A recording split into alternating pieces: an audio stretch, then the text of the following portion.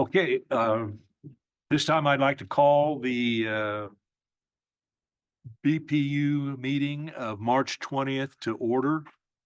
We'd like to welcome all listening or viewing this meeting of the Kansas City Board of Public Utilities, whether in person or through technology. This meeting is being recorded by both video and audio. During the visitors' comment section of the agenda, community members who wish to speak to the board will be asked to provide their name and address and will then have 3 minutes to speak. Members of the public using Zoom that wish to address the board need to use the raise hand feature at the bottom of the application or window to signal that they wish to address the board during the visitor comment section. In addition, there will be a public comment section after the general manager/staff reports.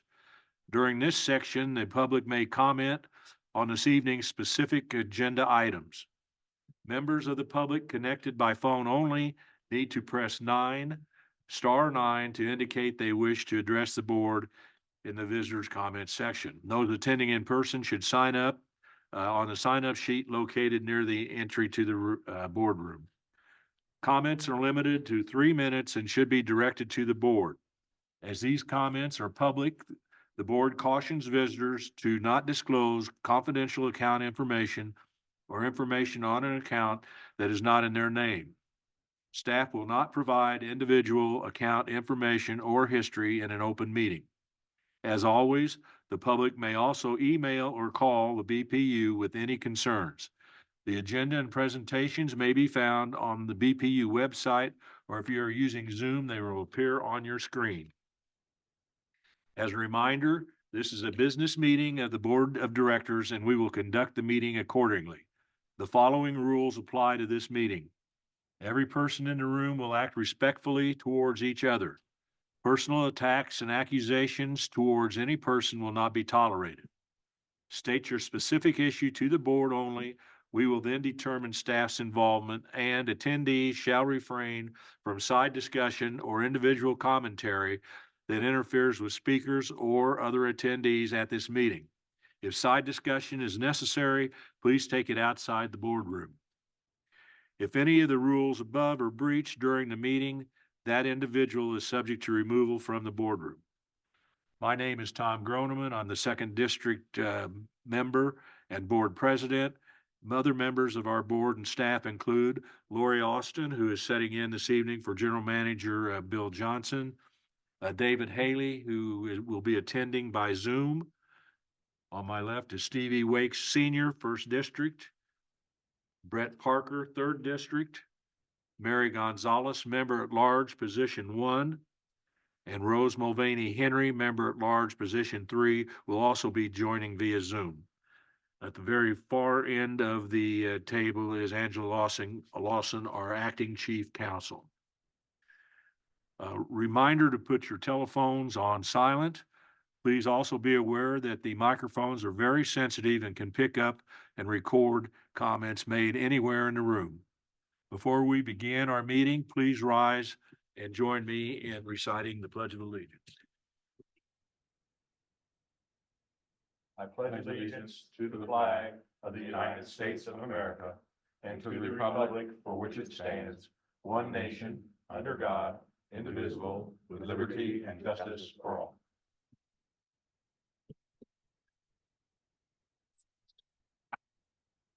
Okay, roll call, please, Angela. Roll call. Parker, Here. Gonzalez. Here. Groneman, Here. Haley, Here. Wakes, Here. Mulvaney Henry. Here. You have a quorum. Okay, thank you. Before I ask for a motion to approve the agenda for this evening, are there any corrections or additions to the agenda? I move to approve the agenda. Second. Okay, it's been moved and seconded to approve the agenda. Roll call, please. See, I'm wondering, Rob, did one of the, Mr. Haley's here on his camera. I just want to let you know. Turn it off.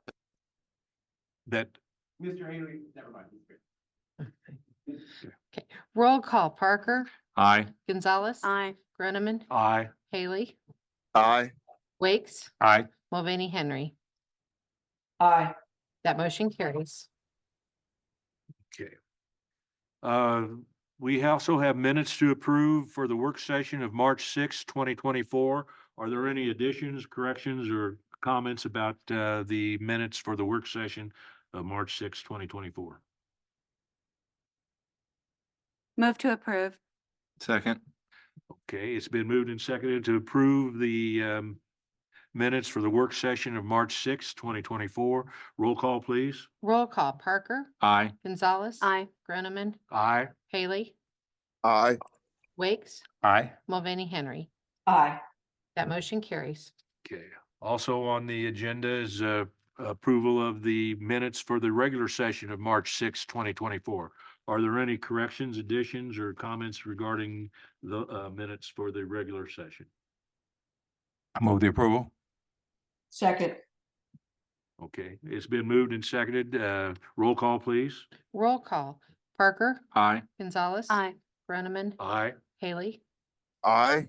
Wakes, Aye. Mulvaney Henry. Aye. That motion carries. This time I'll turn the meeting over to Lori. Thank you, Tom. Mhm. So we'll have visitor comments at this time.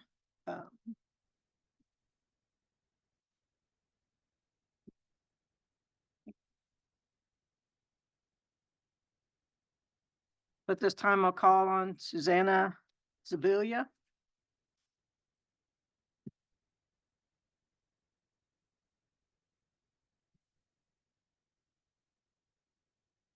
If you state your name and address, and you'll have 3 minutes to address the board. My name is Edith Rodriguez, and right here with me is my mom, Susanna Zavala. Address is 2016 Darby Street. I live with my mom. We're here because her bill has not gone down, and it's quite expensive for her since she's the one who maintains the house.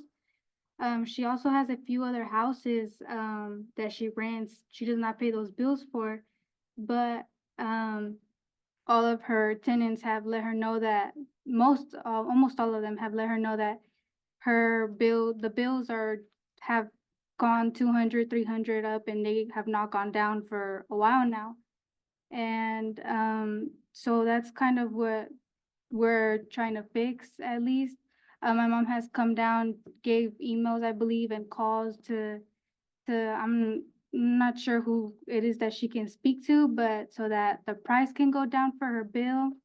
And as far as communicating with BPU, I would say that because I've heard my mom call, and we've tried to come up here, see if maybe there's any chance we could talk to anybody. Customer service isn't always great.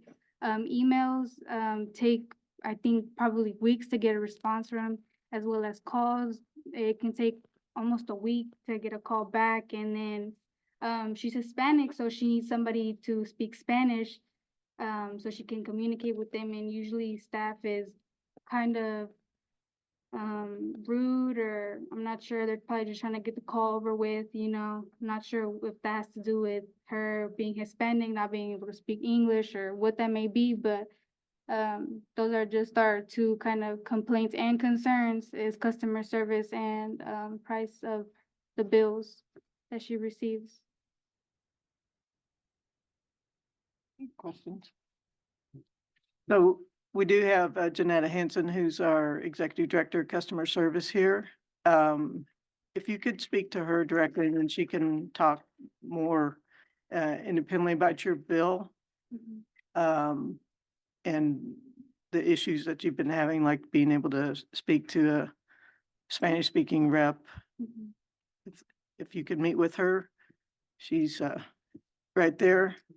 She might wait until we get through our visitors' comments in case there's somebody else.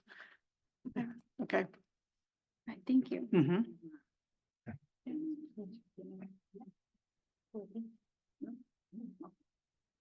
¿Estás satisfecho?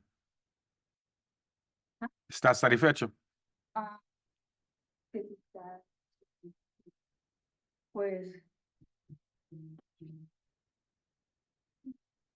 Pues no, porque cuando yo llamé, Not at this time, because when she called, me dieron la esperanza que iban a ir a checar they el gave her mío, a hope that they were gonna go in and check her house.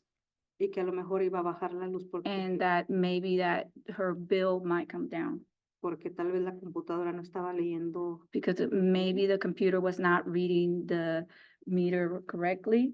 Entonces hoy me dice Verónica And today, Ms. Veronica, I'm not that, que voy a estar pagando lo mismo que porque es lo que estoy consumiendo. so she's got, according to Veronica, information that she gave her, that the bill is gonna stay the same and there's no change to it Porque el medidor está bien. because the meter is correct. So as of right now, mom is not happy. Also, the attendance that she has, and I'm not gonna, the bill was too much. The house again is too small for the amount that they're being charged, but there's still no solution to what the email was sent and also what the concerns. Mi casa es de 2 recámaras y basement. So her house is 2 bedrooms and a basement. Lo que viene siendo el sistema de la calefacción no es vieja. So the HVAC that they have is not an old one. Entonces no entiendo por qué. She doesn't understand why the bill is so high. Okay. My question, I guess, have you been notified as to the programs available to help with assistance with the bills? De que si le han referido, si ha recibido o si le hemos dicho de los programas que tienen para ayudar a las bills. No, No, yo no he recibido nada. pero cuando habla para acá no le dicen. Mm, So when she calls and sends emails and all that information has not been provided to them or the community.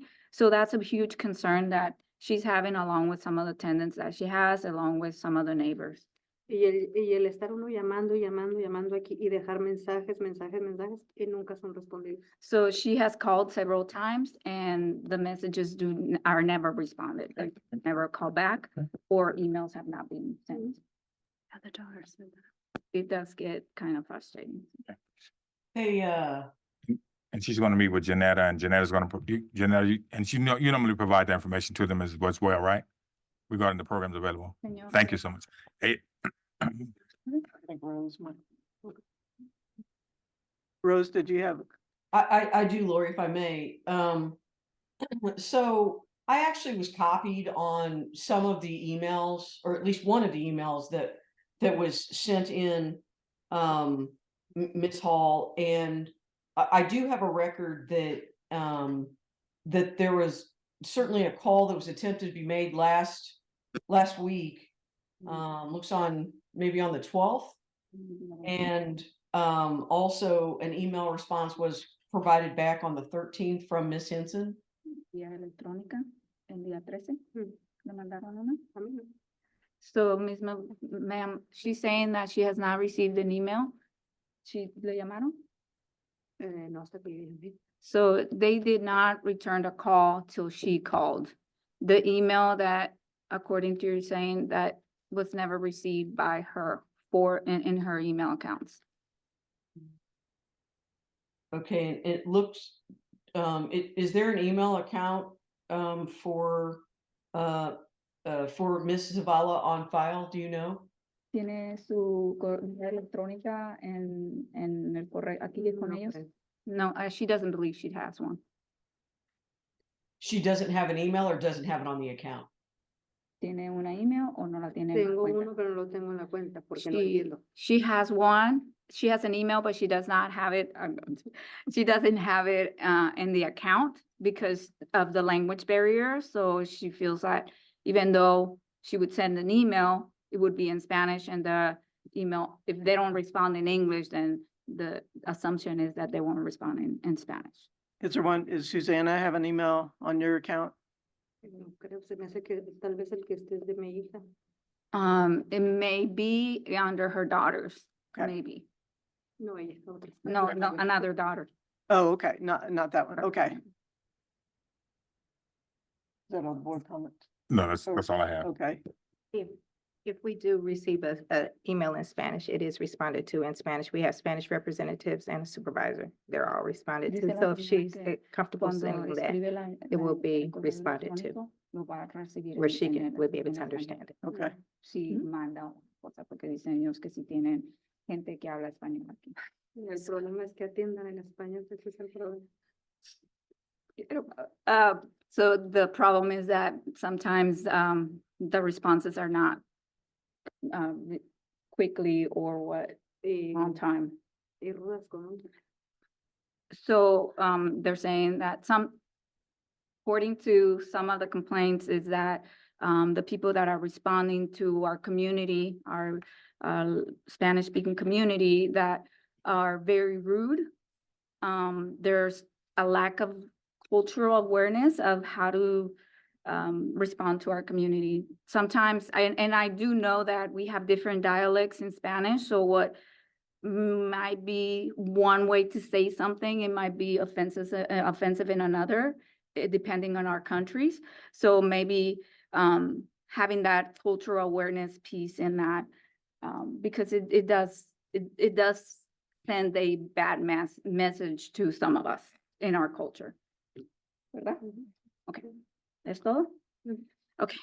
So if you can talk with Janetta, before you leave, and she can get additional information or answer some more of your questions. Yep. Okay, Thank thank you. Thank Thank you. And Are you, are Yes. you next? Yes. Okay. yeah, so it's really quick. So as you heard, some of the concerns, Can you state your name? and Yes. Address. again, I'm learning. Good afternoon. Thank you, board members, for giving me this time to speak in behalf of our community. My name is Dr. Rosas Hall, Alma Rosas Hall. So I have several concerns. I've been doing this for years. I'm a teacher and I'm blessed. I count my blessings to be able to advocate for our community. But lately, it has been very difficult based on the culture or issues that we're having in our community and our county.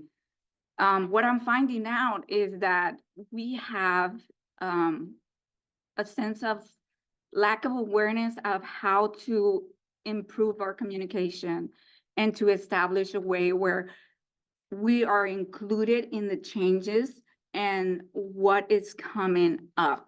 Yes, we do have technology. Yes, we do have means of communications better than what we had when I was learning English. It was very difficult.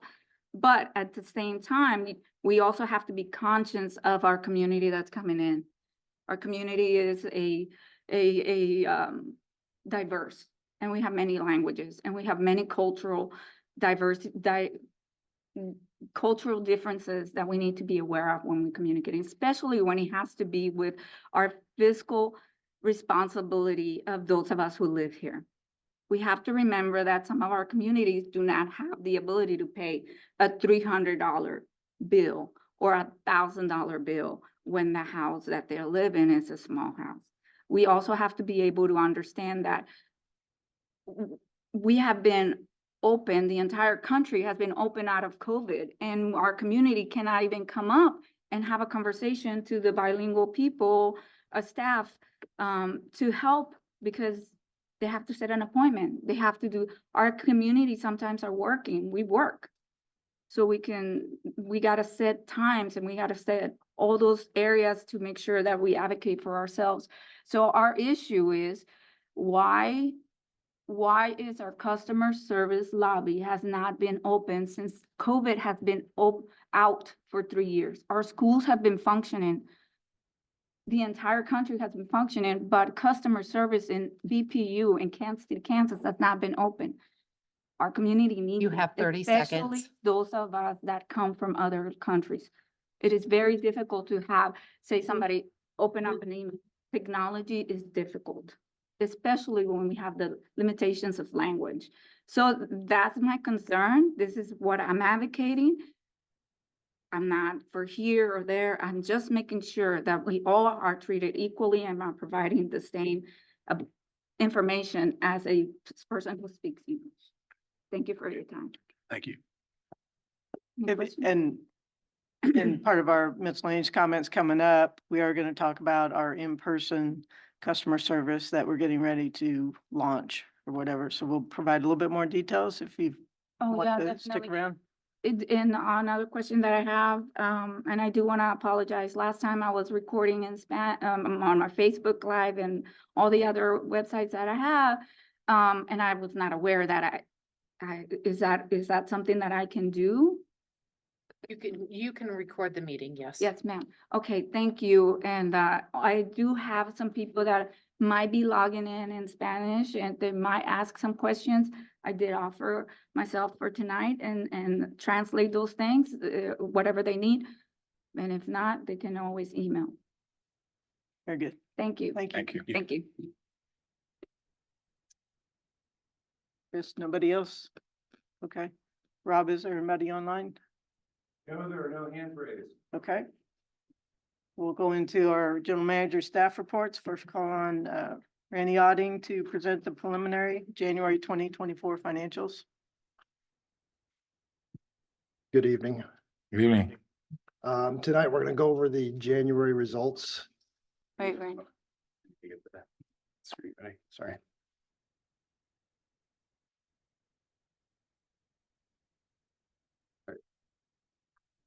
We're going to review the January results, go over some consumption trending, review some revenue numbers and some expenditure numbers, and kind of go over where our cash position ended up for the month of January.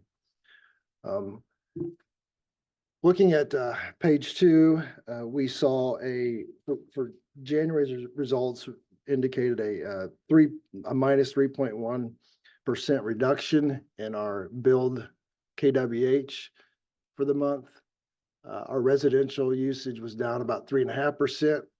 Commercial was down about 1%, and our industrial was down 6.5%. Related to electric. On the water side, looking at our billed CCFs for water, overall we were down minus 2.4%. Residential was down 4.5%, commercial was down 1%, and industrial was likewise down 1%. Next slide. Converting those units into revenue in dollars, we saw a reduction in revenue minus 3.7%. Combined, and you can see overall on the electric side, we were down 1.5%, and on the water side, we were slightly up 0.5%.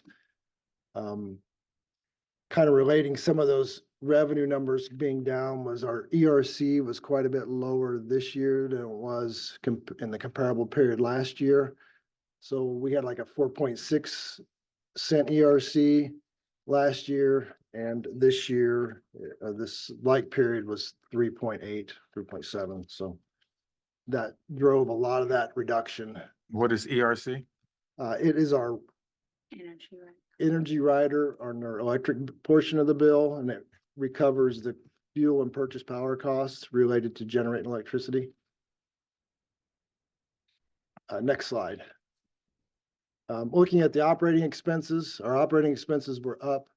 On the electric side, 35.5% almost combined, and on the electric side was 36, water side was down 6. So the result of that is we had a cold spell in January, is like a 3-day cold spell when the plant wasn't up and running. So that resulted in some very extreme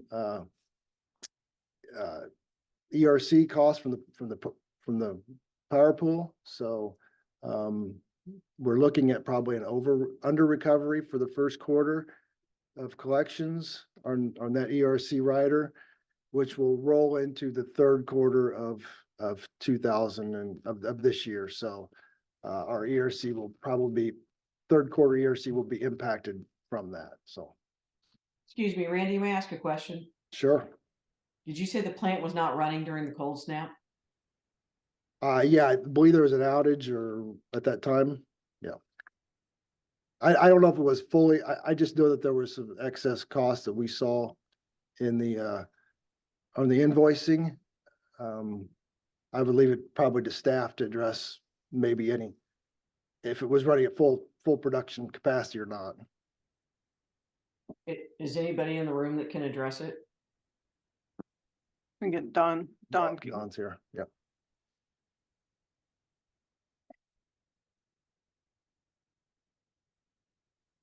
Yes, during the cold snap, there were, two forced outages that occurred.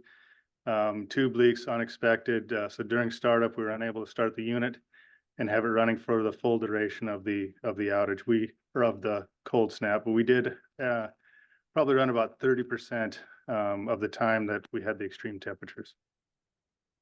Thank you.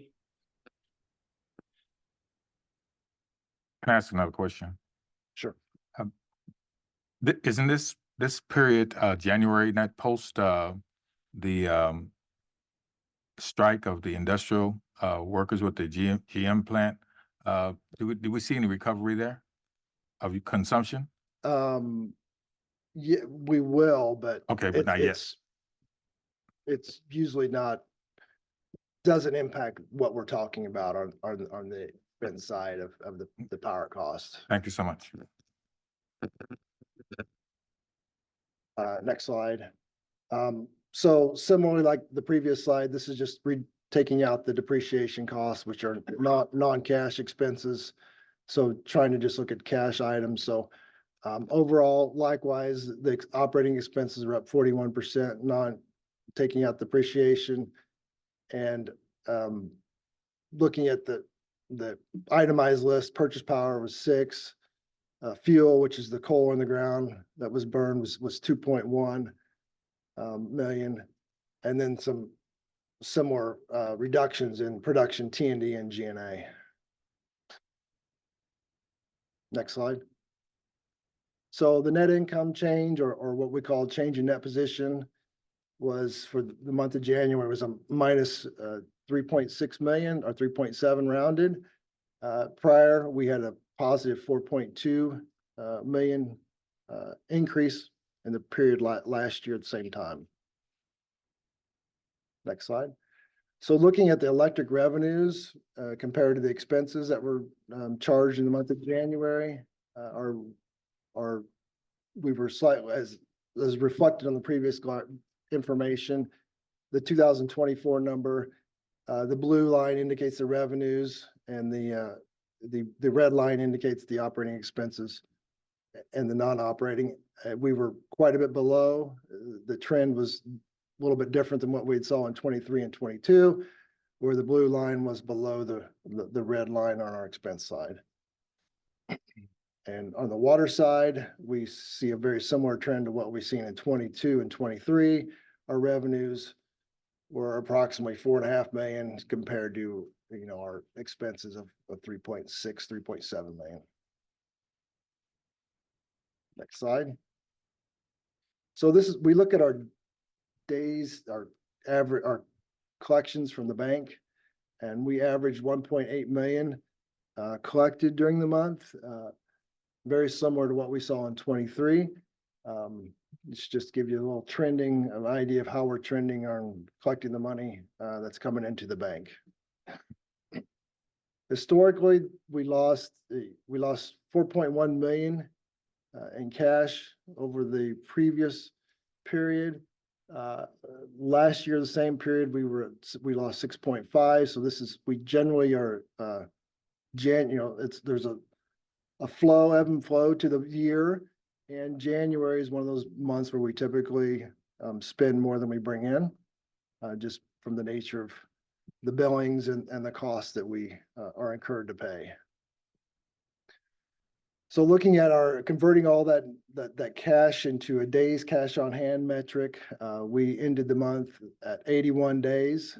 Last year we were at 60 in the same periods, and we were down from 92 in the month of December. So like I mentioned, a lot of that's related to the SPP, the under recovery of the ERC rider that we experienced in January, and will result in the under collection for the first quarter of this year. Balance sheet notable items is our fuel inventory. It's up a couple million. We had a little bit more coal on the ground than we had in the previous year. So next slide. This is just a graphical look at the days cash and the trending metric and where we are and where we have been.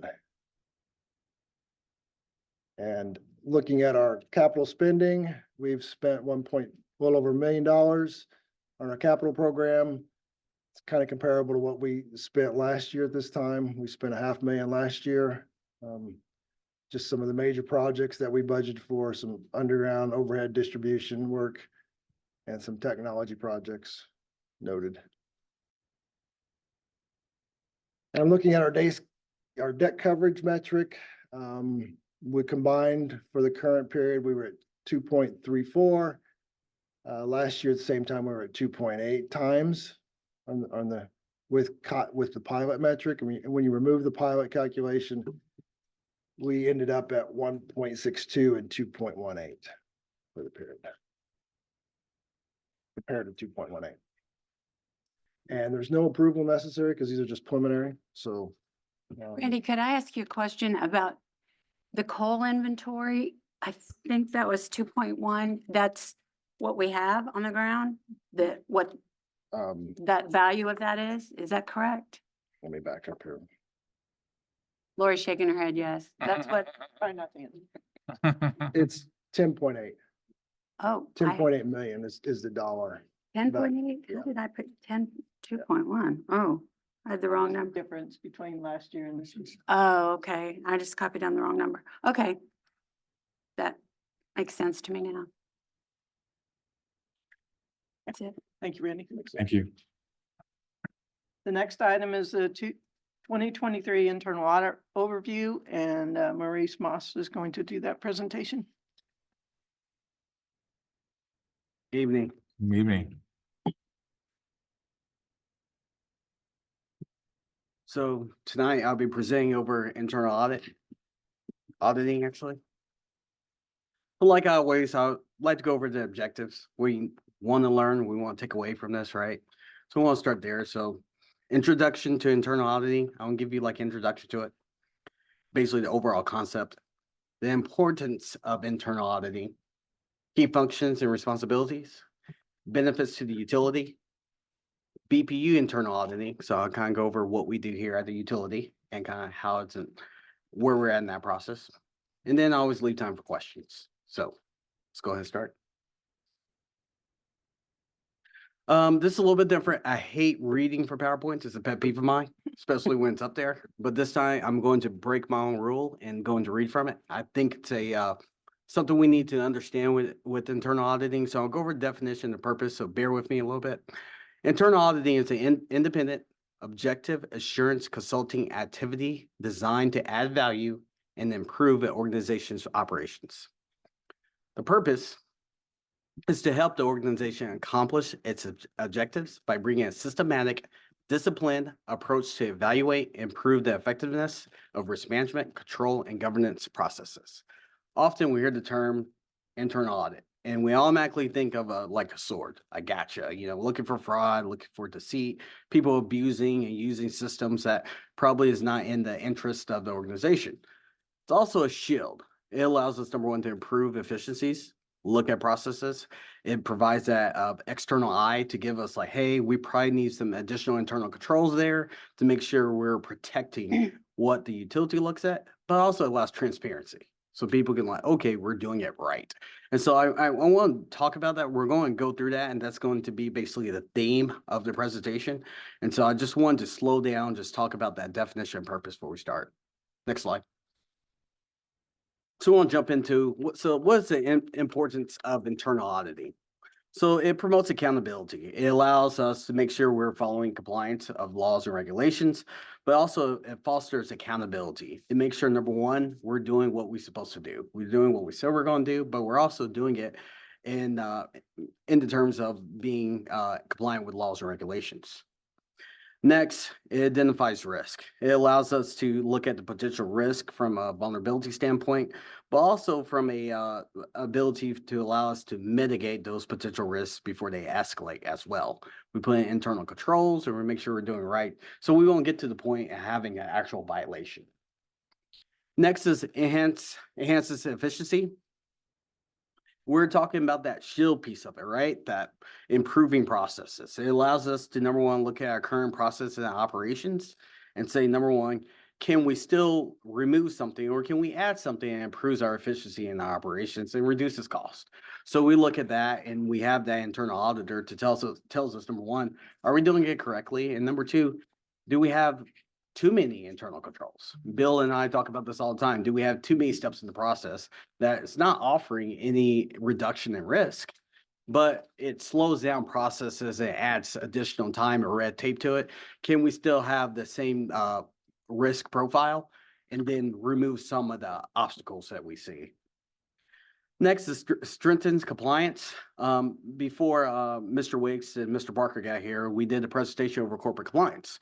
And corporate compliance in the environmental and in the actual NERC compliance side, North American Electric Reliability Corporation, that NERC compliance side, we have an insurance monitoring process. We basically assure, number one, our internal controls are protecting us from violating laws or regulations, but we also do auditing of the actual programs. So we look at high risk areas and we audit the programs. And that's what internal auditing does as well.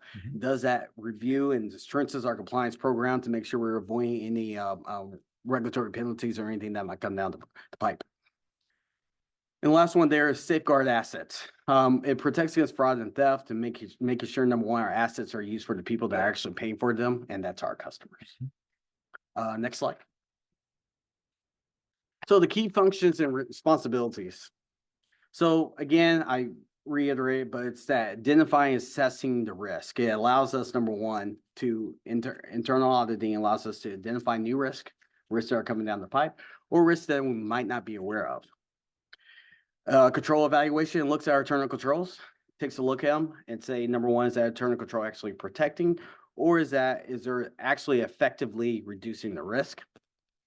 The compliance monitoring we just talked about allows us to go ahead and look at the monitoring process and make sure, number one, we're allowing us to catch anything that might not be legally adhering to the actual legal regulatory rules we have to follow.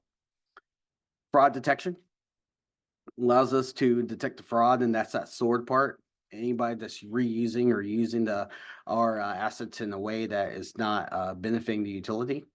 And for you guys, it allows us to report. So we have actual audit report that we do get. The audit report goes to the actual impacted executive, but also comes to general management, and the board of directors get a copy as well. And so it allows that communication to be a little bit more transparent from that standpoint. So we go to the benefits of the utility, and this is the part that we really see from the utility, but you also see in the corporate world, right? And I'll get into the bottom when we talk about regulatory compliance, about how that works in the corporate world. And so enhanced oversight, it provides another independent assurance entity that allows us to, number one, look at it from a different point of view. Often you're working on something, you get in the weeds, and you really don't have a view that probably you think you're right. And when someone else comes in from the outside, you're kind of like, I don't think that's really doing what you were expecting it to do. And so it allows us to have that independent entity or person look at it from an insurance standpoint and say, hey, you guys need to do this. So it gives us that insurance oversight, enhanced oversight. Next, informed decision-making. Often we go through this process and we look at the report and we see, number one, it allows us to better make a decision about the future. What should we be looking at when it comes to IT from a security standpoint? What should we look at from customer operations or from finance standpoint? That's probably high risk, but also allows us to make an informed decision. Hey, in the future, we need to address this. So it allows us to better make a budget decision. And so we get into that budget process and we know, number one, prioritization of budgets. And we're like, hey, this is a high priority. Number one, because it's coming up on the actual independent audit and we see it. So that informed decision-making process. Next is accountability. Promotes transparency. Again, it allows for people to know, number one, they will have an audit. There could be audit come down that if you're not doing your process or following the policy that we have in place, then it could show up in the audit. And so it allows that accountability process internally, but also from a institution as a whole.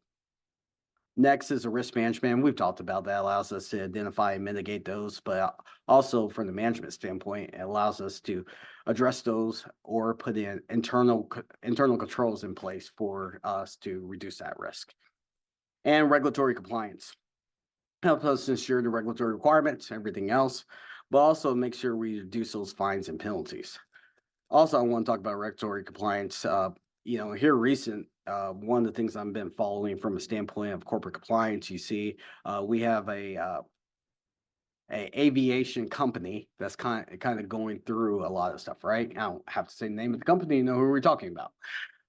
They have a duty. That duty is to, number one, make sure people fly safe, right?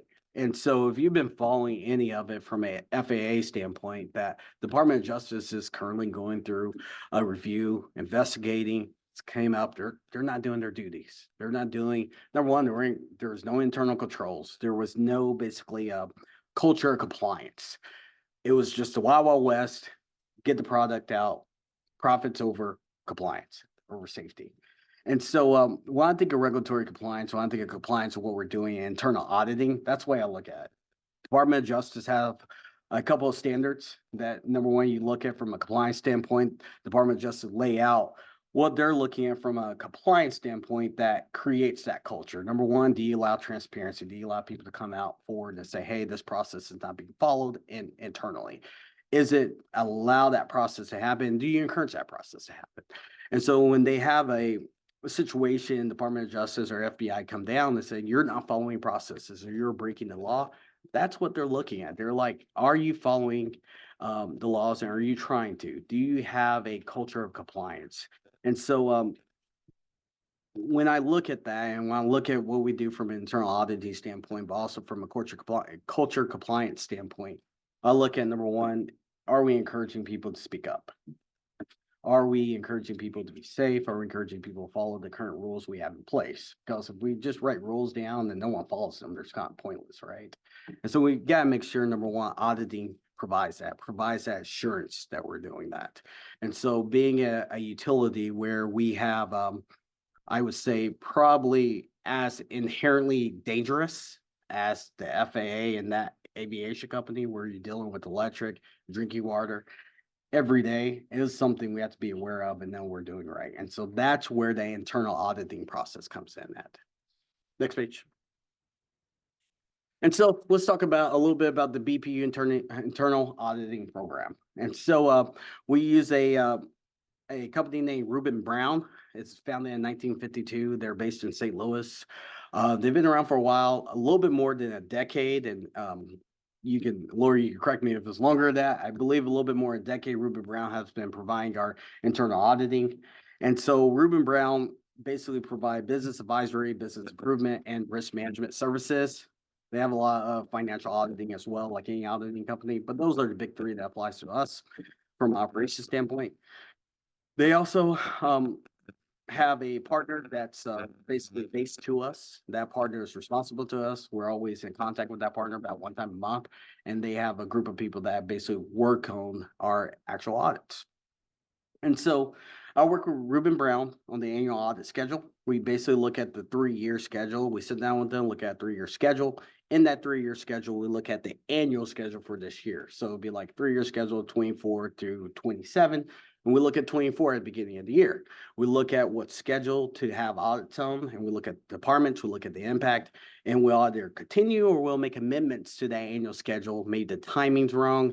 Maybe we have a department that's currently going through a regulatory audit that's currently taking place. You really don't want to audit an actual department that's going through audit. Doesn't make sense. Or that department currently has maybe staffing's low. They're trying to hire. They have some people move on. So we're trying to, number one, be understanding of that. And so we'll make some amendments and stuff like that. But then we'll start off and we'll let the GM know this is what 2024 looks like. And this is what we'll be auditing this year. And so usually it's IT, customer service, any type of operations that go into the utility, even financial, budgeting, anything that goes in that process of operations kind of falls into the audit. And it comes out with basically an audit report. They do basically interviews, they sit down, look at the process, they'll have conversations with the managers, the directors, how the process works. And then they'll actually request documents, request information. and then review that information to number one, to check to see if it's viable, and then check to see if it's following the rules and regulations, but also any type of policy we have in place internally. And so, after you get that, the scoping data, everything else, they post a draft report. I get the draft report, the actual departments get the draft report, and they take a look at it. They look at the draft report from the standpoint is, number one, is it correct? Is it correct from the findings, right? Hey, you do this. This is our findings. We recommend that you do this. And it allows the opportunity for that department or that director or executive to say, hey, we don't do this because of some X reason or some regulation that we're not aware of, or something that's unique to the utility, right? And so it allows that time for that back and forth during the draft. Once it's finalized, it goes to the executive over the department, goes to the GM, and then a copy goes to the board. And so that's usually the process that those go. There's certain scenarios where the process is a little bit different, but that's the usual process. So Reuben Brown, and real quick, and you can leave it on this. There's a request for proposals called the RFP process. We talk about that all the time. Request for proposals is out. Currently, we have option. We had a base contract with Reuben Brown. We've exercised 2 options of that contract. There's no more options left. And so we're currently doing requests for proposals for that auditing service. It could be Reuben Brown in the future as is today, or it could be someone else. We don't know. Once we go through that process, then we'll find out who will be serving as our independent auditor from that point forward. And so that's all I have from that standpoint. And in closing, I want to leave you with basically a little just talking points. A robust internal auditing function is essential for promoting accountability, identifying risk, enhancing efficiency, and safeguarding assets within the utility. And that's why we have it. So there could be a future where we'll have Reuben Brown probably in the next month or so present to the finance committee or to the actual board work session. I'm working with Bill trying to get them here maybe next month or so. And then if you want to go in a little bit in depth of prior audits or anything like that, then we can have those conversations as well. So, but that's all I have. Do we have any questions? Do you have a list of what was scheduled, what audits were scheduled in 23 and what audits are scheduled in 24? Yes, I have one for 2023. There was an email sent out earlier about 2 weeks ago, and you'll see the actual audit for 2023. 2024, we only had one schedule to just kind of break up time at the beginning of 2024 here, because we are going through the RFP. I didn't want to continue them doing work. And so we have done one audit for 2024, and it's kind of put on pause until we get the RFP out, and then we'll do a risk assessment, and then we'll come up with a new 3-year program, if that makes sense. But the 2023 is in the actual email, but I can resend that to you, Tom, if you need it. That email go to the board? Yes. Oh, okay. It was probably, it came from my email, so you probably got it with Bill attached to it, copied onto it. Okay. I'll look for it. Okay. My question is, when you send out your request for proposals, for those who will do the actual internal audit, and you seem pretty proud of Reuben and Brown. What criteria do you normally look for internal audits besides what they will cost us for to? Well, there's a combination. Number one is experience. Mhm. You always look at historical experience, but we also look at certification. There's certifications that go into internal auditing, and then experience from the utility side. I think that's important because there's a lot of internal auditors out there, but doing from a municipality and utility side is a lot different. And so there's unique things that we go through. So that's what we're really looking at. If we had the perfect world, we have one with utility experience and they're familiar with public power Yes, sir. and they understand what electric utility provide and the water utility provide. But sometimes you just don't get that. They have that experience, but not to that degree, if that makes sense. It was really a rhetorical question because the report that you sent to us, gave us a whole overview of Reuben and Brown, but I wanted everyone to understand the process that you go through Yeah. in order to choose an internal auditor, because I think that's very important for this reporting. And thank you so much, You're welcome. Maurice. Appreciate you. Any more questions? Okay, Thank you. Mary. appreciate your time. Thank you. Makes us feel better as board members. The next item is the AWWA benchmarking. Philip Brown will be presenting.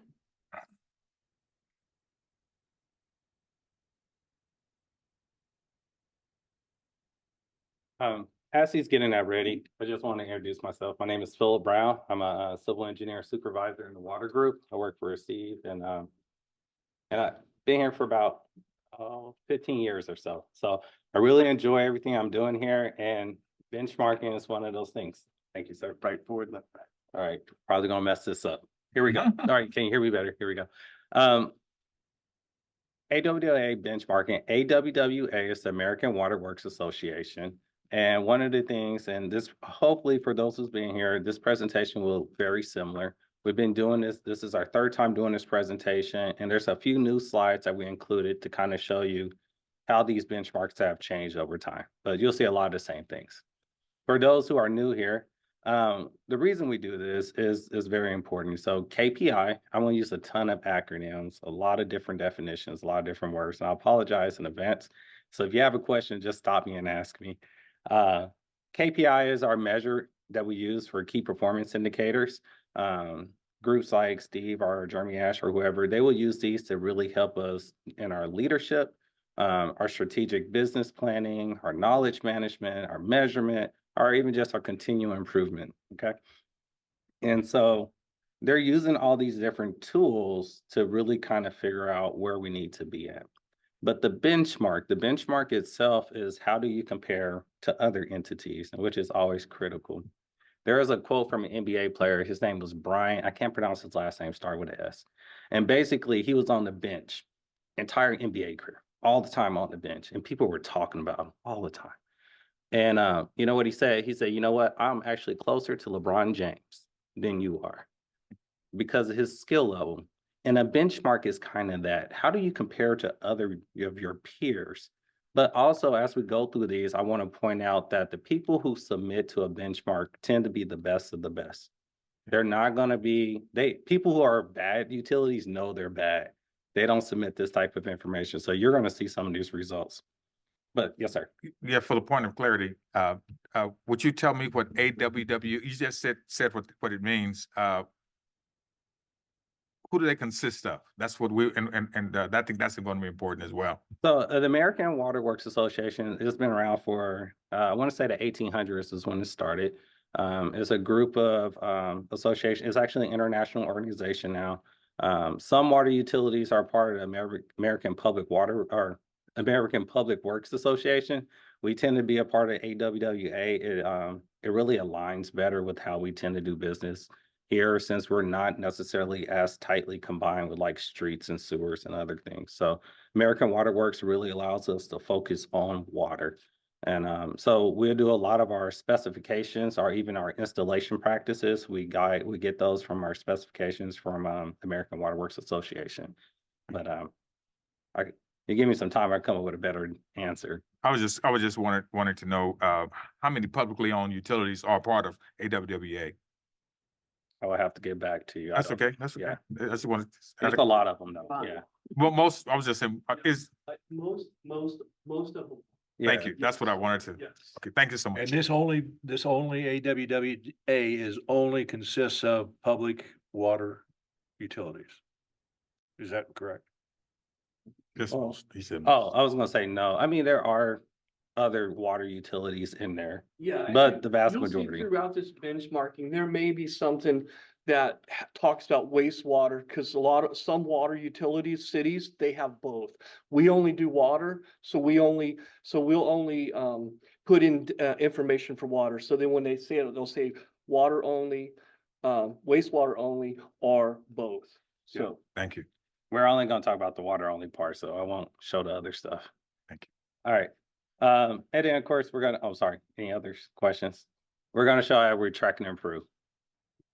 So our team, like I said, I've been doing this for the last 3 years. I'm gonna take this opportunity to also introduce, so this is gonna be my last year gathering the data. We have a new hire, Aaron Moore, who is right here. There he is. He is taking over this year, and he just started with his kickoff back in January.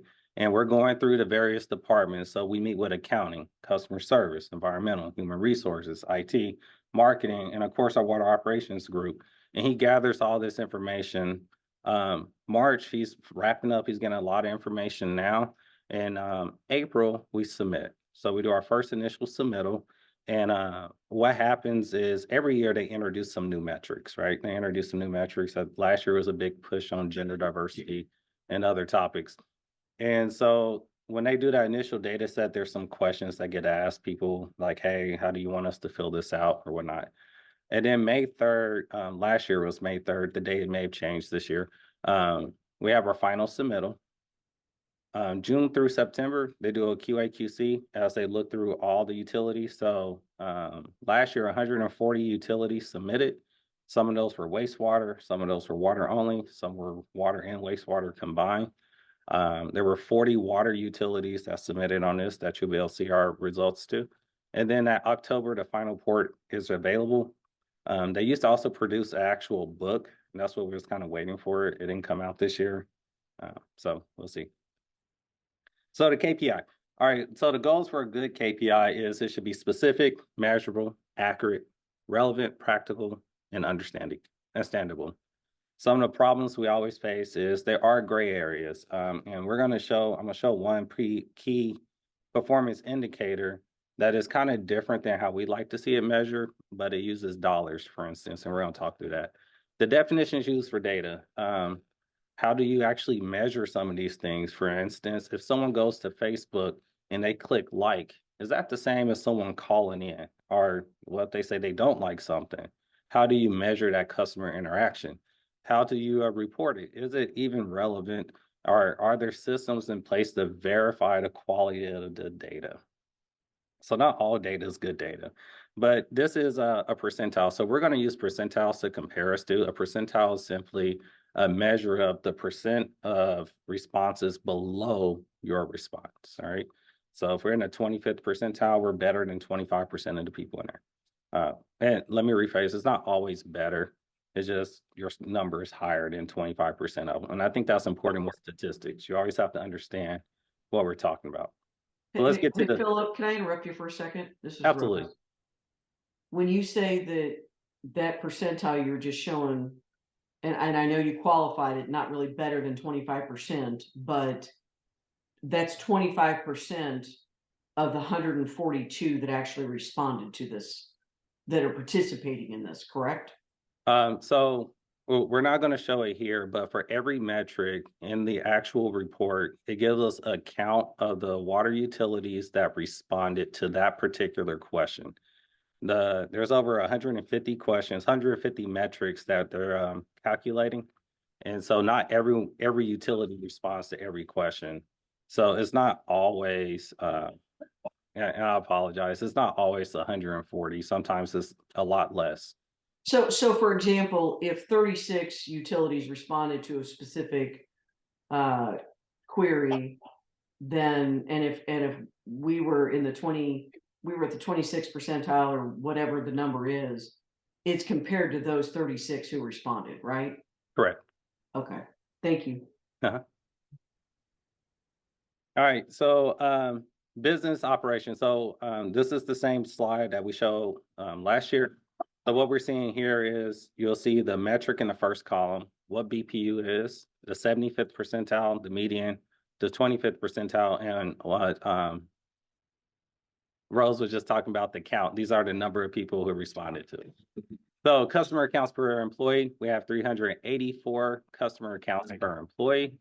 75th percentile, these are organizations that may have up to 500 of them, and then 25th percentile is 375.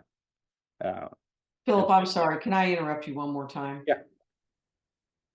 So of the 35 that responded, we don't have any visibility into the relative size of those respondees, do we? That is correct, we don't. For example, one of the utilities that responds is Los Angeles Water and Power. I don't know if you know, Los Angeles Water and Power is huge. Right. Yeah, it does not compare. So no, we do not. And that's one of the hard parts of some of these metrics. They do their best to balance such that the size doesn't matter, but size matters in these and it's just hard sometimes. And then, for instance, this customer accounts per employee, let's say you lived in New York City and you had a customer accounts and everyone lived in a high rise. And so you just have 1 mile of pipe, you have all these high rises, you may have thousands of accounts there. Whereas here, we're rural in some aspects, and our houses are far apart. If a person has 5-acre lots, you're only gonna have a few accounts, but you may still have the same amount of distribution O&M costs just to manage that. So it is a challenge. Thank you. Employee turnover rate, you got your 2.9%. Debt ratio, debt service coverage, and I always include this disclaimer, if you want to know about financial KPIs, always go to the financial people. Even though I try to explain it, I don't do a great job of it. Operating ratio, that's our O&M over revenue, 0.54. And this last one, this is the one I wanted to really highlight for today. This is system renewal, replacement funding, allocation, water transmission, distribution, pipe networks. It is dollars over dollars, okay? So that means however much money we spent divided by how much it will cost if we were to, well, how much our distribution system is worth, all right? Last year, this year, or this number is 0.3%. Because of COVID, we saw rapid inflation, right? And so if we were to replace our entire distribution system, the cost of that went up astronomically quite a bit. Because of that, we still spend kind of the same amount of dollars. We increased it some, but because of that, we got 0.3%. The reason I say I don't necessarily like this metric, I like to look at it as in miles of pipe. I feel that's a much better reflection of what we do here in Kansas City. And that number is different. We like to try to replace 1% of our distribution system a year. But 1% in dollar terms is different than the actual distance. So KPIs are important, but you got to understand the definition behind it. How do we look over time though? All right, so over time, customer counts, it still stays around that 340 to 380. Our employee turnover rate is still around 3% in water. Debt ratio is always around at 0.3, 0.4, or 40%. Debt service coverage ratio is around that 2. Again, please, if you have questions about financial stuff, just wait for the financial report. They always go over debt service coverage ratio and their numbers are more accurate. This is just a snapshot at one point in time. You really want the current things. Operating ratio is around 0.5. And this is why I pointed out that system renewal, 0.7, 0.7, 0.3. So what really happened there, it wasn't that we didn't replace less pipe. We really did. We actually did a very good job. What really happened was that we looked at the cost of our entire system and that number grew, the denominator grew, and that just makes the number go down. All right, so what metrics are important to our customers? Well, that is technical service complaints. Technical service complaints are when people call in about, hey, my water is red. We don't get those calls, but that is an example. My water smells like rotten eggs or something. All right.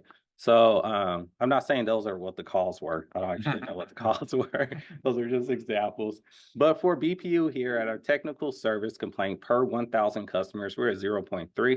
That means we're above the median. We're in a top performer there. All right. And again, that means we're competing against Los Angeles Power and Water. We're competing against other utilities here in the state of Kansas. We're competing against our friends across the river, other places. Can you remind me of the timing of the reporting? So these are all for 2023. So all this data was, oh, sorry. Yeah, sorry. No. Always a year. Okay. Yeah. So yes, you're right. Because it's 2022 data, but when they do their bill, they call it 23. Yes. Because we're performing the benchmark. Okay. But yeah, he was just saying that we collect the data in 22, we submit the data in 23, we present on it in 24. The reason why I'm asking is that this report boasts about low customer complaints. However, we have to take into account the fact that as we receive reports today, that customers not able to complain. So, I mean, and I just want to clarify, this is a technical complaint. It's a little bit different. So okay. One of the big issues we have here is if a person comes in and they could say, hey, I need help on my bill or my bill is wrong, that won't be reflected in this number. This is solely just like, hey, my water is cloudy. Okay. And those issues. So it's a little bit different. Technical complaints. Yeah. Thank you so much. I appreciate that. Yeah. Clarification. But that is a challenge. Like, how do you report that? And then even here as a water and electric utility, how do we separate a water complaint versus an electric complaint? How does our, and I'm gonna go back, sorry. And, oh, it's the wrong way. Here we go. That is one of our problems. Are the systems in place to verify the quality of that data? And how do you report this? That is a huge problem. And how can you fix a problem if you don't know what the problem is? You know? And so you're absolutely right, sir. Thank you. Where was I? So metrics important. NWTP is an abbreviation for our Nemer Water Treatment Plant. That's our only water treatment plant. It was built in the early 2000s, and it supplies all of our water. The key things that are important is regulatory compliance. That means 100% of the time, there is nothing in their water testings because we have a state certified lab as they submit data. 100% of the time, we meet all those benchmarks. As you can see, all the water utilities said that, and that was the reason for my quote about understanding who you're competing against. The best of the best here. There are water utilities out there who don't have this number, but there you go. Available water supply. This is a huge one. And as we get to the next one, we have 64 years. And that's because we pull from the Missouri River. Missouri River is huge. We are not like Phoenix, Arizona, who is going through a lot of different challenges. Water scarcity is a problem. Lake Mead over in Las Vegas, radically different situation. But we got the Missouri River.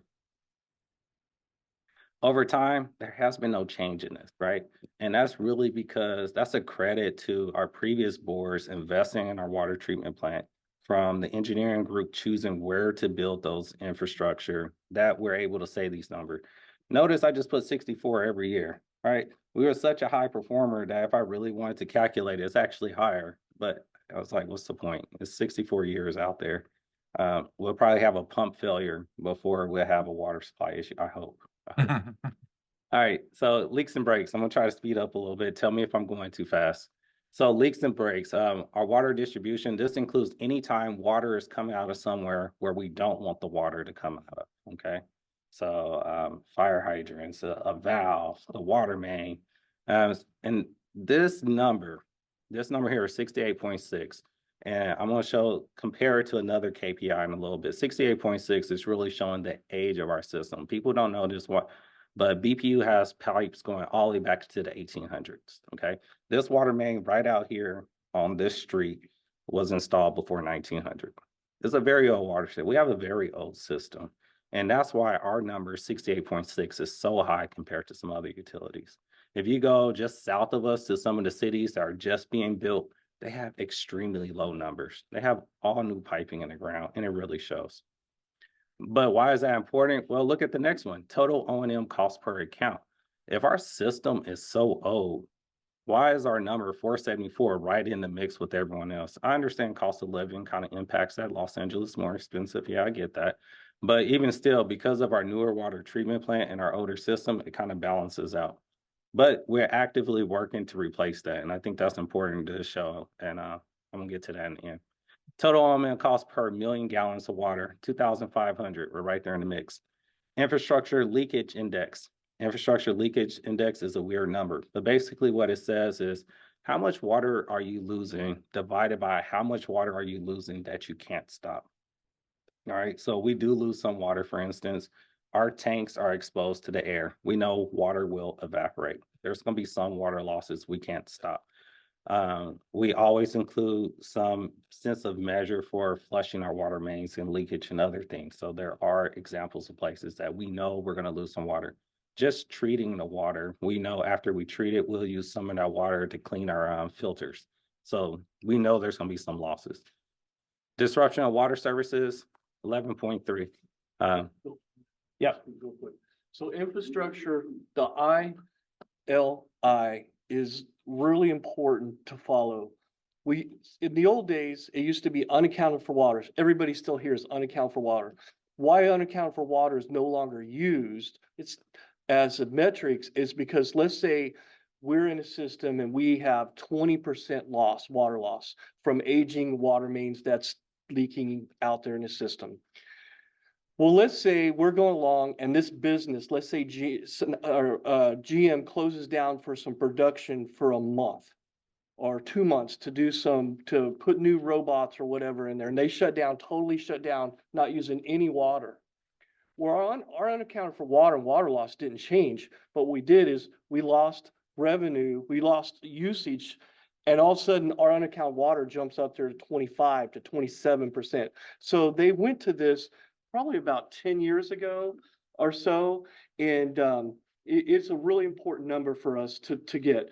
We're really high. It is an aging infrastructure. That's why that $10 million that we got from Jerry Moran's office that supported us, that we're going to start replacing water mains and try to lower that number.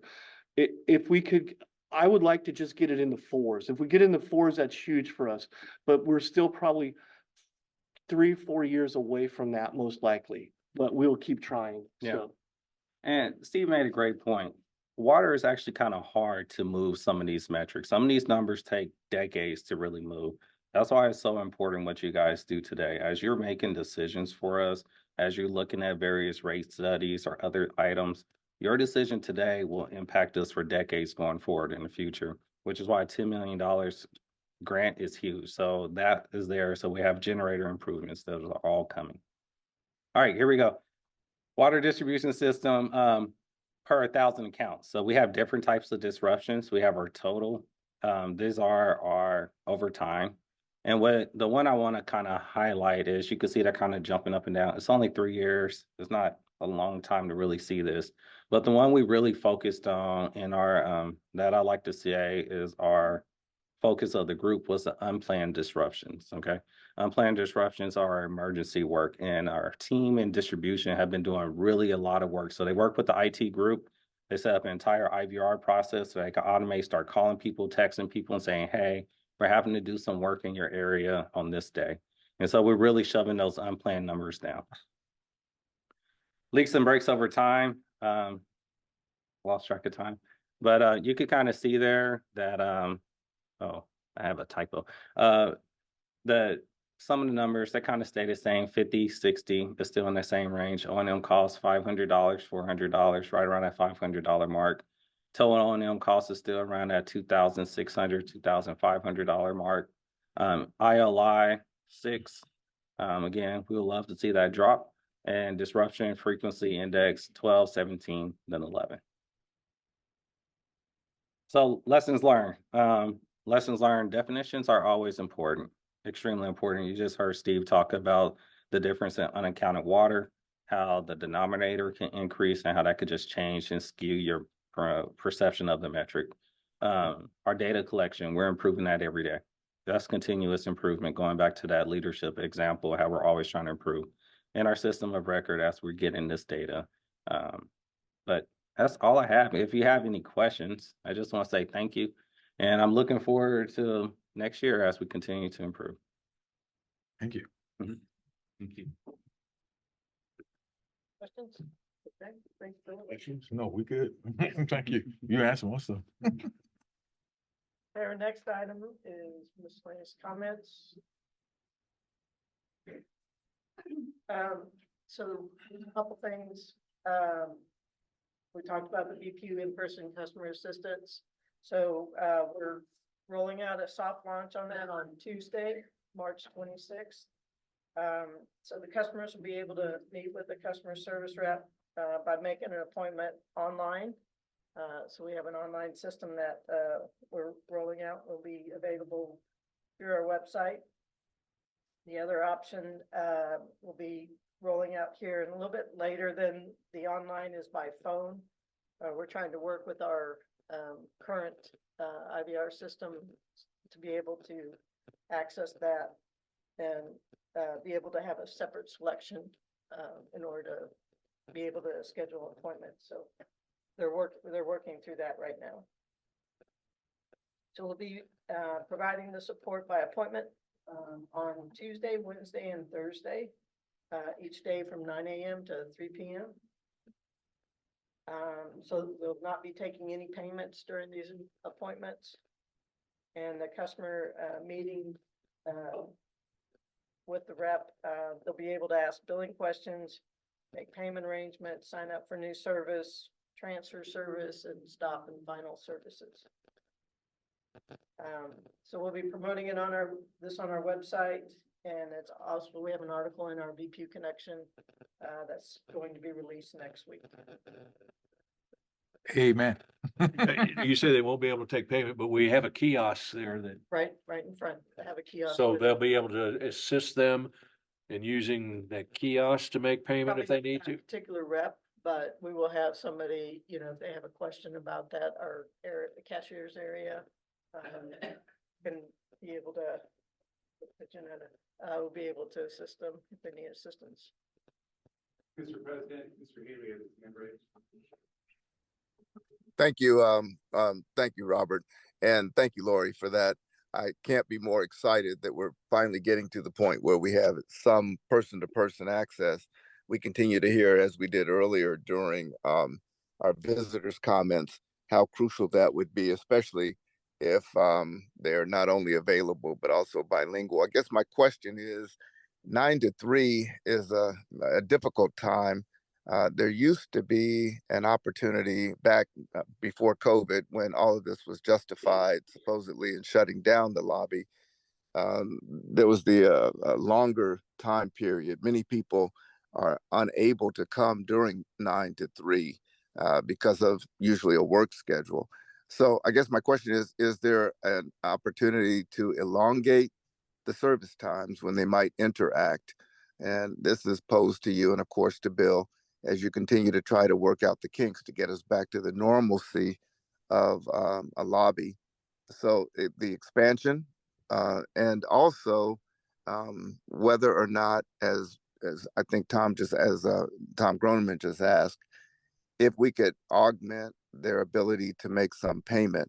I only say all of this because of the calls that I get, you know, and I just think how easily, just by having a customer service rep available at the lobby face to face, might be to streamline the utilities need to get, to get better customer relations and our payment, the streamline. So is there an extension planned? I know this is a rollout. I know we're trying to get back to normal, but how soon might it be before we get back to what we were with a lobby, of course, abbreviated, pre-COVID? I think, you know, in the discussions that I've been, you know, it's rolling out this in-person customer service first. That the intent of rolling out the lobby as it was prior to 2020 is not the current plan. So with the kiosk there, that they will be able to provide that payment. So we're gonna, you know, attempt this, to roll this out and see what our volume is. Start out with. And I think it's it's not 9 to 3, it's 9 to 2. Is it 9 to 2 or 9 to 3? 3. 9 to 3. Okay, so this 9 to 3 it's by appointment too, right? So it's a scheduled time that they can arrange. So if it's difficult for them to get there, they can make sure that the appointment that they set is a time that they can be there. Right. It's not that they will be waiting in line or anything like that, that there will be a set time that they can be able to meet. Well, and that goes to, I guess, the second point I was going to raise while I still had the floor, and that is, you know, there should be an opportunity for walk-in, and they would have to wait, but not everyone has access or ready access to the ability to make that. I'm thinking of some of the customers. I mean, I know this may not be our main customer, but we need to have at some point the ability, and we had this back in the old days, pre-COVID, where anyone could walk in, they'd sign in right there at the registry, and they could wait. But they'd have to wait for those who did call or email in for a scheduled time, but at least they would be able to come in and have their issue addressed if they were willing to wait without having to make a pre-appointment, just like we did back in the pre-COVID days. And I would hope we are reaching out to get to that point as well. Any other comments? Any other comments? Just a question, Lori, you did mention the IVR would also be available for appointments, I think they're working through that. working through that? Yeah, Thank you so much. Any idea when that will be available? Okay, thank you. not yet. Thank you. Okay, the next item I have is, unfortunately, this is Maurice Moss's last, board meeting. So he's going to be leaving us, unfortunately. Mm. We'd like to thank him for all of his support and all the work he's done for us while he's been here.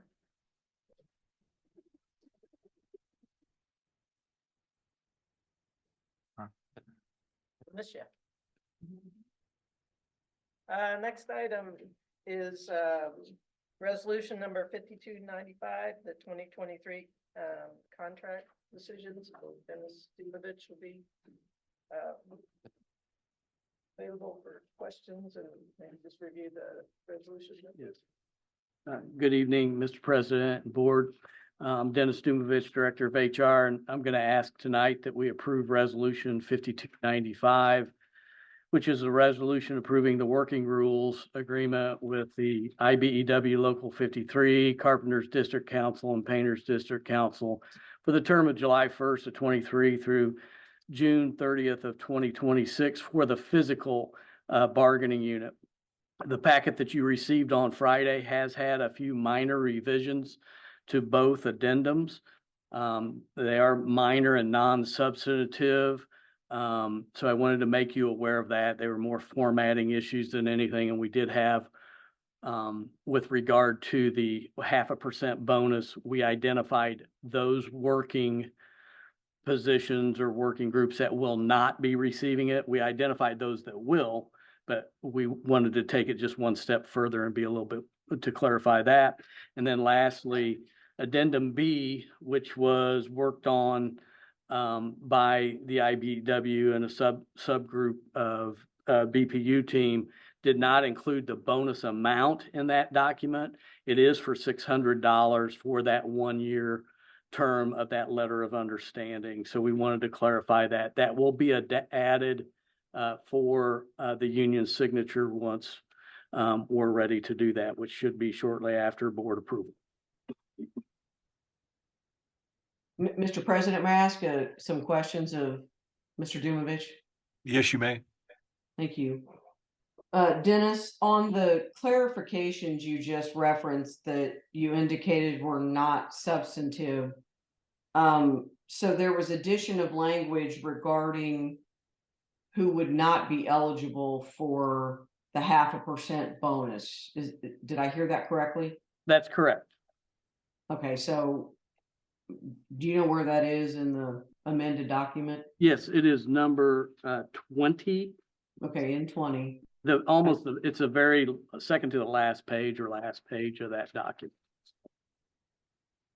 So it reads, the employees of the physical bargaining unit receiving the maximum 2%, a maximum of 2% increase will receive a 0.5% bonus. It goes on, and then at the last sentence, positions excluded from the bonus include Nearman water treatment plant positions, so on and so forth.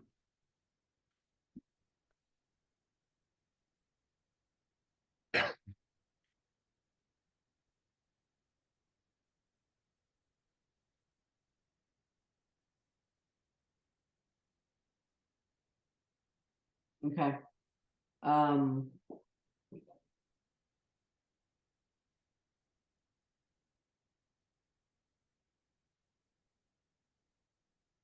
That's all the questions I have, Mr. President. Thank you, Dennis. Thank you. Are there any other questions from the board? You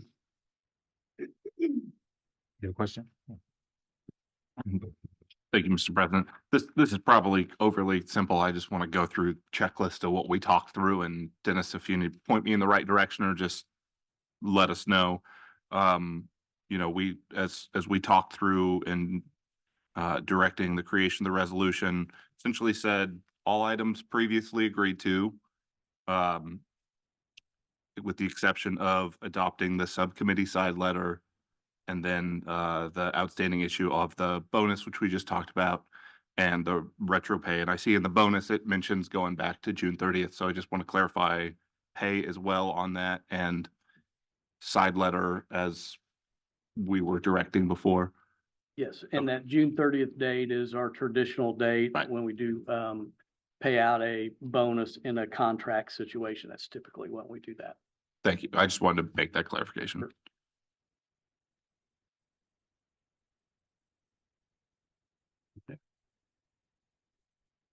Any further comments or questions? If not, I would entertain a motion to I move the approval. approve the resolution number 5295. 5295. I move the approval. Second. Okay, it's been moved and seconded. Roll call, please. Roll call. Parker, Aye. Gonzalez, I, Groneman, Aye. Haley, Aye. Wakes, Aye. Mulvaney, Henry. Aye. That motion carries. Thank you. Thanks, Dennis. The next item are any additional public comments related to the presentations? Nothing there. Rob, is anybody online? No hands are raised. Okay. Is there anybody present in the audience that has a comment on a specific agenda item that we've discussed this evening? Would you like to make a comment on? If so,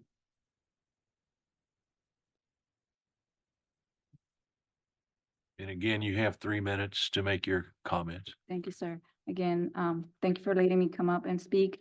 I've heard your proposal to open up the lobby.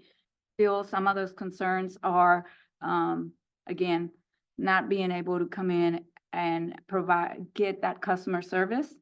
Our concerns are the limited space to provide to voice our concerns and be able to communicate at an ample time. Most of our community works, as Mr. Haley said. And so that's a concern to a lot of us. My question is, are there any other options on the table for the lobby to be open so people can come in? And also, what other trainings are you guys providing to our bilingual, so our Spanish speakers and or other languages get a better service when they're communicating? Janana, would you be able to come up and talk about your opportunities for your CSRs and the bilingual, addressing the bilingual?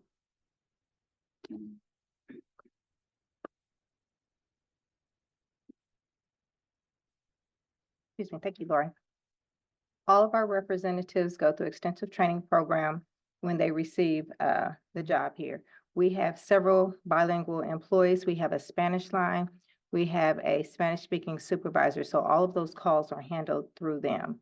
And they are quality assurance monitored as well, just like all of our calls are quality assurance monitored. If there's a question or someone that signs up that is Spanish-speaking or another language, if they sign up for an appointment, the supervisor of customer service will take care of that and make sure that there is someone there at that time that can speak with them and be able to understand and then provide answers back to their questions.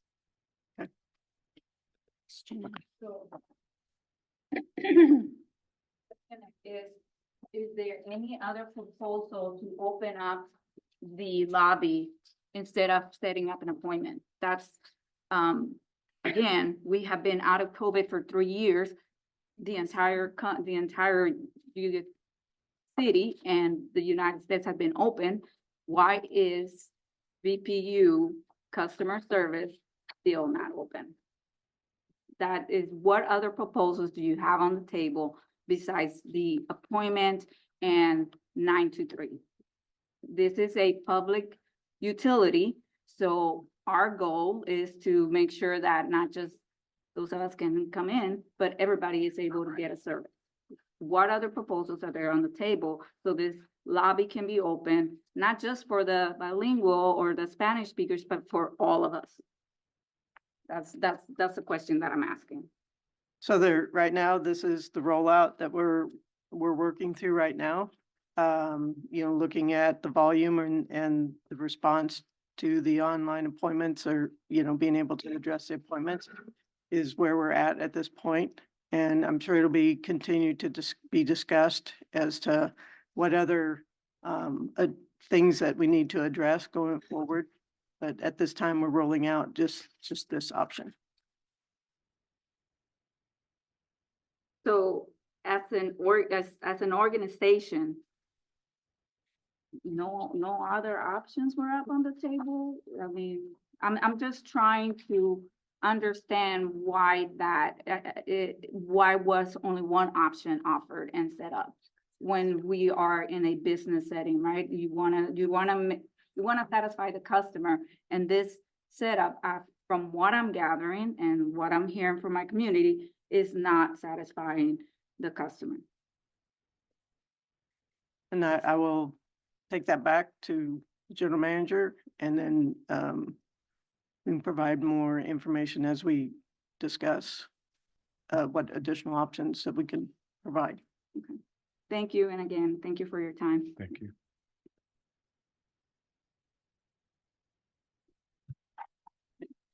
May I speak to that issue? Comments? Can you hear me? Yes, go ahead. This is Haley. To the point, are we gonna have any, thank you, Mr. Luke. Are we gonna have any opportunity to at least access those that come in? If they come in and have a language difficulty through the one that come in the lobby, will we be able to call? And I'll make the assumption we won't have a bilingual customer service representative in the lobby, but will that have to be prearranged? Or again, I'm optimistic that we're going to go pretty soon to sign in and wait. Will there be someone available who will be able to access if there's a language difficulty that will be there in the lobby, as there are through the call-in? I would think when the appointment is made, they would understand and know if they need assistance with English. Is that correct, Janetta? And that a Spanish-speaking representative would be in that appointed time to discuss that. That's the way I understand it. If that answers you, Mr. Haley. I hope so. I mean, does it answer? That's what I heard as well from Janetta when she made her comments, was that the lobby, they do have customer service representatives that speak Spanish, that are bilingual, and will be able to assist those customers that are Spanish speaking. So Is that in the correct, event- Janetta? Thank you. So in the event that one or two or however many are bilingual are not on that particular shift, then they would be able to call or access someone else.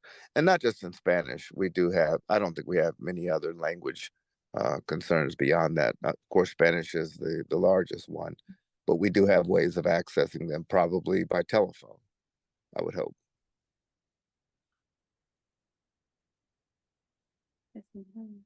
She responded yes.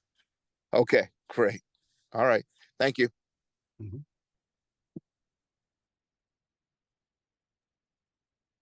Anything? Go ahead with board comments. Go ahead then, and with board comments. Rose, do you have any comments that you'd like to make? I don't have any comments tonight, Mr. President. Thank you. Okay, thank you. Mary? I'd like to thank Maurice and tell you farewell. Thank you for your service to the BPU. I'm sure we're going to miss you and the work that you did. Also, Philip, thank you very much for your very informative presentation tonight. I always appreciate the work you put into what you're going to tell us. And I would like to ask the board's permission to attend the APPA in June. Ms. Rose, so moved. Second. Okay, it's been moved and seconded to approve the attendance of APPA for Mary Gonzalez. Roll call, please. Roll call, Parker, Aye. Gonzalez, Aye. Groneman, Aye. Haley, Aye. Wakes, Aye. Mulvaney Henry. Aye. That motion carries. I echo a lot of the comments that Ms. Gonzalez made. Really want to thank staff for great presentations. Thank you to community members for your advocacy. And Maurice, I just want to say thank you for your service and good luck in your next ventures. And I echo as well, appreciation for the staff presentations, as well as our concerns expressed by Dr. Certainly, I concur as well with Board Member Haley that we would like to see from our customer base the lobby open where customers can come after working hours to prevent them having to take off work to attend to come to a appointment for BPU. So I think that if we could provide that a possibility, I think that would really enhance our customer service. And certainly since we are publicly owned, I think that our customers deserve that. And I think we should really try to do our best to provide that for our customers. So thank you so much for coming and making that presentation today and that concern, voicing that concern. And Maurice, man, thank you so much for your service, and that presentation that you provided tonight was like I said, makes us, as I'm sure each of us as board members, feel really comfortable in knowing that we have internal audits going on, because it makes our work a lot easier, knowing that we can have the confidence in those practices taking place within our utility. And I think it makes our customers also appreciative as well. I mean, our citizens appreciative as well that we have those in place, so that they know that our BPU is going smooth and safe and compliant. So thank you so much for your presentation today. I too would like to commend the staff on their presentations this evening. It's always, the information is always good. I also would like to say that I'm very happy to hear that we are going to have a lobby presence again. May not be what everybody hopes for or wants, but hopefully this is just a baby steps, and we're getting started, and we'll be able to, as we find out what the needs are, be able to expand on that and make that more beneficial for everybody. But for right now, it's just the fact that we have any presence, lobby presence, face-to-face communication is a plus. And hopefully we can grow on that and expand on that. So that is all the comments that I have this evening. David Haley. David? Hello. Okay, thanks for unmuting me. I appreciate it. Again, thanks for the presentations that we heard. Definitely appreciate that. And Mr. Moss, for your service to this utility, this community. I mean, you were one of Ingram's, one of our stars last year. I think you were one of the top 100 and so noted, duly noted. And we appreciate you, and Godspeed in your every endeavor in the future. And to the fledgling effort to finally get the lobby open, I'm grateful for that after 2 years of advocacy.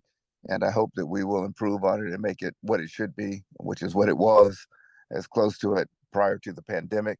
And I need to ask the board's permission to travel to the AWWA in June as well. And I'd like to ask for permission to attend the Water Association meeting in June, Mr. President. So moved. Second. Okay, it's been moved and seconded to approve travel for Senator Haley to the AWWA in June. Roll call, please. Roll call. Parker, Aye. Gonzalez, Aye. Groneman, Aye. Haley. Aye, or do I pass? What do I vote? Traditionally, everyone has voted for themselves. Okay, all right, aye. Wakes, Aye. Mulvaney Henry. Aye. That motion carries. Thank you. And that's all my comments. Okay, so that's all the board comments. With that, I would entertain a motion to adjourn. I move that we adjourn. Second.